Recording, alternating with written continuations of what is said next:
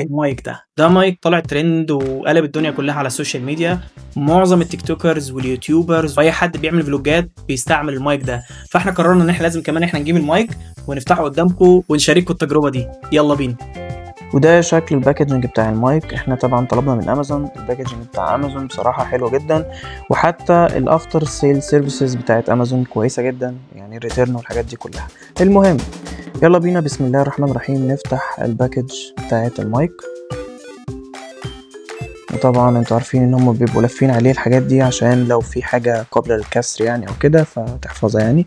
طبعا لازم المرض اللي عندنا كلنا لازم نطقطق الكيس ده يعني، فخلينا نطقطق كده شوية. كفاية كده، يلا بينا نفتح باقي الكيس ونشوف بقية العلبة.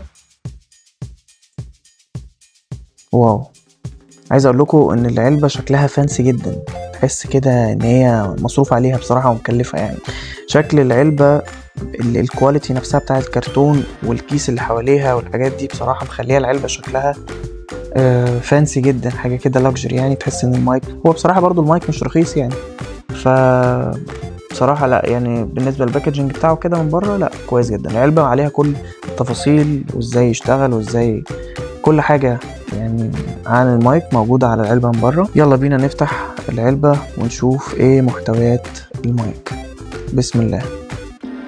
عاوز اقولك ان انا حرفيا ما شفتش حد بيعمل فيديوهات على اليوتيوب او حد بيعمل فلوجات او اي حاجة ليها علاقة بالفيديوهات ومش لابس المايك ده او حاطه في التيشيرت بتاعه او حتى ماسكه كده في ايده وبيتكلم فيه. حسيت ان انا عندي فضول صراحة، لازم اشوف المايك ده ولازم اعرف هو ليه اتشهر قوي كده وليه الناس كلها بقى بتستعمله. بس احنا ادينا لسه بنفتح الكرتونة، وواضح بصراحة ان الكرتونة الباكجينج بتاعها كواليتي حلوة جدا، وواضح ان اللي عمل المايك ده او المورد بتاع المايك ده بصراحة مهتم بيه جدا وعامله كده زي ما بيقولوا عامل شغله بحب يعني.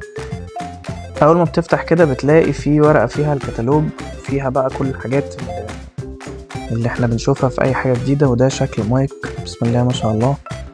وده زي ما قلت لكم الكتالوج وكل الحاجات اللي بتشرح المايك، وفي كمان كارت افتر سيل من المورد. يلا بينا كده نطلع المايك. واو، المايك ما شاء الله شكله حلو جدا، حتى ملمسه كده كويس، وحجم المايك كبير نسبيا. وعايز اقول لكم انه وزنه تقيل يعني، المايك تحس ان هو تقيل يعني. يلا بينا نفتح كده نشوف باقي العلبة. خلوا المايك دلوقتي تجربة للنهاية ونشوف كده بقية محتويات العلبة.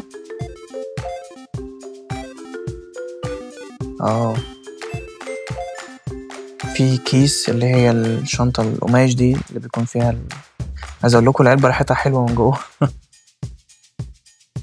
تعالوا بينا نحط كده العلبة على جنب، نحط كل محتويات العلبة تاني ونحطها على جنب كده.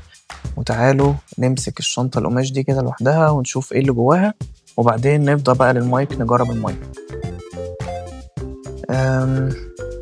كل المحتويات دي اظن شواحن يعني 2 كابل، واحد للايفون ما فوق ال15 او ما فوق ال14، والتاني للايفون تحت ال14، لان ده واصلة ايفون وده واصلة اللي هي التايب سي، ففي 2. ودي البادز اللي بتتحط على المايك نفسه اللي هي بتبقى الريش دي، اللي هي بتبقى خامتها ريش كده، قماش ريش كده عشان تتحط على البادز. انا دي بصراحة مش بستعملها فما فكرتش ان انا افتحها، قلت يعني خليها زي ما هي عشان ما نطولش وقت الفيديو على الفاضي. وده كابل من المايك للايفون، واحد لللايتنينج وواحد للتايب سي. وده حبل كده يعني لو انت هتصور مثلا من غير تي شيرت مفيش حاجه تعلق فيها المايك، فبتلبس الحبل ده بيكون في حته ماجنتيك تحت وبتركب عليها المايك بيلزق على طول وبس كده يعني نفس الفكره. اظن ده برضو يعني مش هنستعمله مش عايزه. ودي ده الكابل التاني، ده ممكن يكون اللايتنينج لو التاني هو الايفون. وده كابل للكاميرا، احنا مش عندنا كاميرا. وده مشبك لو انت لابس قميص مثلا وعاوز تعلق فيه المايك برضو بتعلقه بالمشبك ده، بس كده كده هنستعمل الماجنتيك فمش مشكلة. وده كابل الشاحن، ويعتبر بيبقى اهم كابل يعني في الليلة دي كلها. ودي كده تبقى كل محتويات العلبة. ويلا بينا بقى نبص على المايك، نفك بقى الورقة الجميلة دي.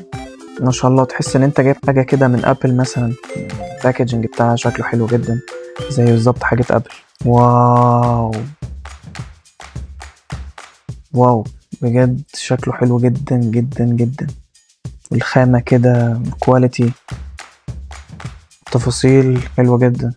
العلبة شكلها حلو جدا جدا بصراحة. يلا بينا نفتح.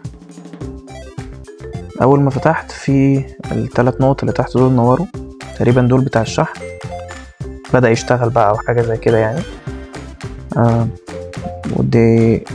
ودي واحدة من المايك، هما بيبقوا 2 وعليها عايز اقول لكم عليها من فوق يعني بلاستر من فوق ومن تحت على مكان المايك.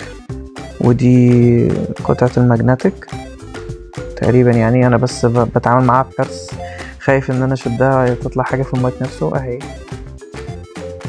طلعت.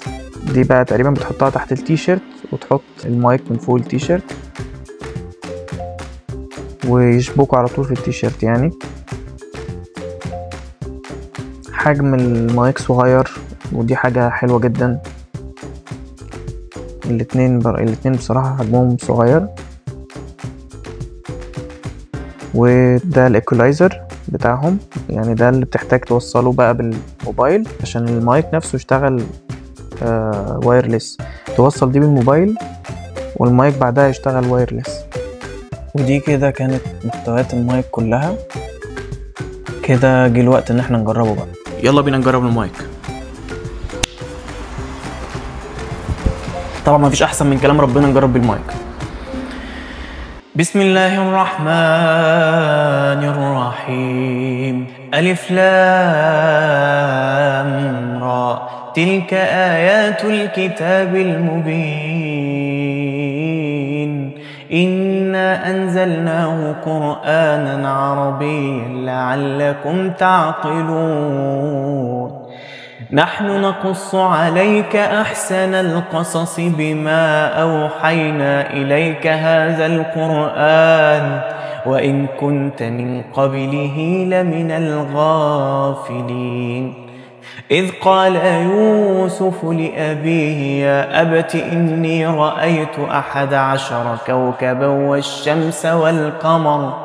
والشمس والقمر رأيتهم لي ساجدين. قال يا بني لا تقصص رؤياك على إخوتك فيكيدوا لك كيدا إن الشيطان للإنسان عدو مبين. وكده خلصنا تجربة المايك بتاعنا. لو عجبك المايك اكتب لي هنا في الكومنتات وقول لي ايه رايك فيه، ولو عجبك الفيديو اعمل لي لايك وسبسكرايب وفعل زر الجرس عشان يوصلك كل جديد، واشوفك مره تانية في فيديو تاني. سلام.